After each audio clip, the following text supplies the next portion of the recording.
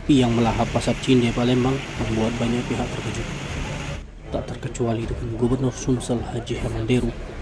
Orang nomor satu di Sumsel itu secara langsung datang ke lokasi guna memantau proses pemadaman kobaran api di pasar Cinde Palembang.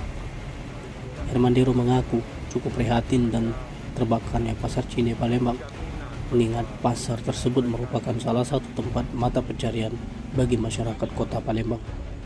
Sementara itu, pantauan di lapangan 1 jam lebih pasar Cinde terbakar. Petugas masih kesulitan memadamkan kobaran api. Hingga kini sudah 14 unit mobil pemadam kebakaran diterjunkan, namun petugas masih kesulitan memadamkan api.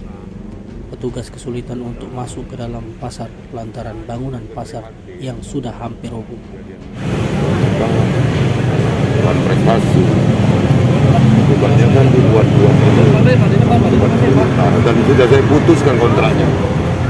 Kita tinggal menunggu opini dari penegak hukum apakah bisa kita anggarkan sendiri. Itu yang sedang kita mintakan opini kepada penegak hukum. Cukup terkejut ya Pak Gop dengan ada kabar pasar Cinde.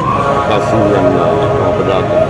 Kita tidak tahu penyebabnya. Untuk pedagang-pedagang gimana Pak? Listrik atau karena kelalaian lain. Dugaan sementara Pak? Belum ada laporan. Apa listrik atau untuk merokok, penyebab api lain atau karena kelalaian. Segera kita benahi dulu. Nanti kita menata yang besarnya, ini sesuatu yang kita butuh. Rekonstruksi untuk mereka pada nyari rezeki lagi.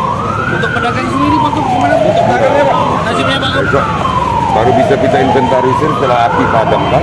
Oke. Makasih banyak Pak Gop. Padam juga harus dicari.